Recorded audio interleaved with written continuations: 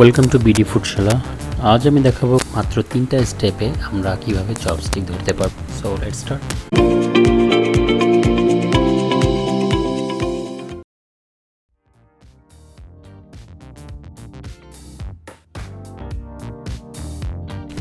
এটা একটা China chopstick set, এর ভিতরে 5 পেয়ার আছে।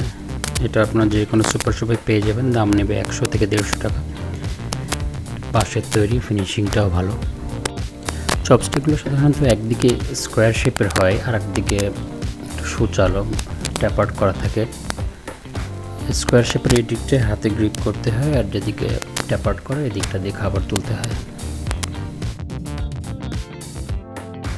সো প্রথমেই একটা স্টিককে আমাদের যে থাম এবং ইন্ডেক্স ফিঙ্গারের মাঝখানে যে গ্যাপ, এখানটায় রেখে থাম দিয়ে চেপে ধরে আমাদের যে রিং ফিঙ্গারটা সেটা দিয়ে সাপোর্ট দিতে হবে। রিং ফিঙ্গারটা দিয়ে সাপোর্ট দিতে হবে।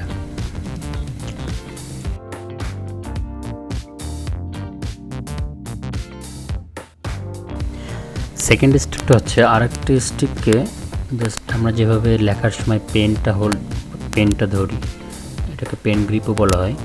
থাম এবং ইন্ডেক্স ফিঙ্গার দিয়ে চেপে ধরতে হবে এবং এটা মিডল ফিঙ্গার দিয়ে সাপোর্ট দিতে হবে, জাস্ট এইরকম।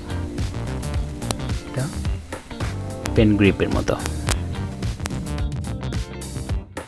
যদি আমরা দুইটা স্টেপকে এক করি তাহলে দেখা যায় যে একটা স্টিককে আমরা থাম এবং ইন্ডেক্স ফিঙ্গার দিয়ে চেপে ধরে, গ্যাপে চেপে ধরে আমাদের রিং ফিঙ্গারকে দিয়ে সাপোর্ট দিব। এইভাবে থাম দিয়ে চেপে ধরবো এবং রিং ফিঙ্গার দিয়ে সাপোর্ট দিব। আরেকটি স্টিককে আমরা কলমের মতো ধরবো, পেন গ্রিপ।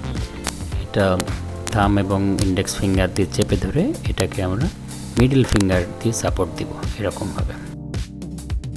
এটা ফিক্সড থাকবে, রিজিড থাকবে, এটা নড়বে না, বাট এইটা মুভ করবে। দেখুন, এটা সহজেই মুভ করা যাবে, এটাই সবসময় মুভ করবে। আর নিচেরটা রিজিড থাকবে।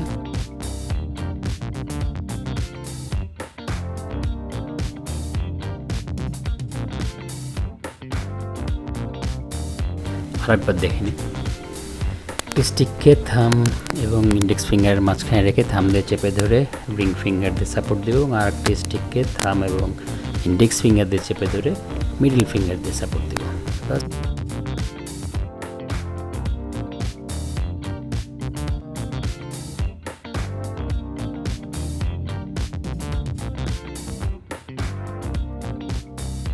সো ভিউয়ার্স, আমাদের ভিডিওটি যদি ভালো লেগে থাকে অবশ্যই বিডি ফুডশালার সঙ্গে থাকবেন, সাবস্ক্রাইব করবেন। ধন্যবাদ সবাইকে।